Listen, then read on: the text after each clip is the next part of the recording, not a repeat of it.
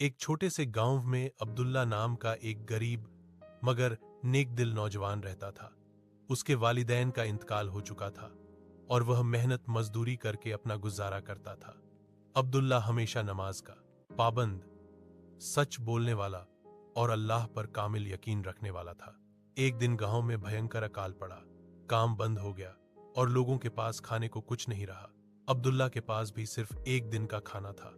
रात को उसने अल्लाह के हुजूर दुआ की, या अल्लाह, तू ही मेरा सहारा है, मुझे हलाल रिज़्क अता फरमा। अगले दिन जब वह काम की तलाश में निकला तो रास्ते में एक बूढ़ा व्यक्ति मिला जो भूखा और कमजोर था। अब्दुल्ला ने बिना सोचे अपना एकमात्र खाना उसको दे दिया। बूढ़े ने दुआ दी और चला गया।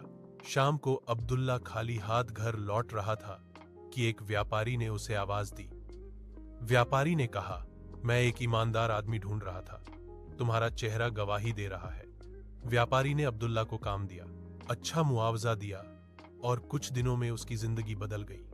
तब अब्दुल्ला को यकीन हो गया कि जो अल्लाह पर भरोसा करता है, अल्लाह उसे कभी खाली हाथ नहीं लौटाता।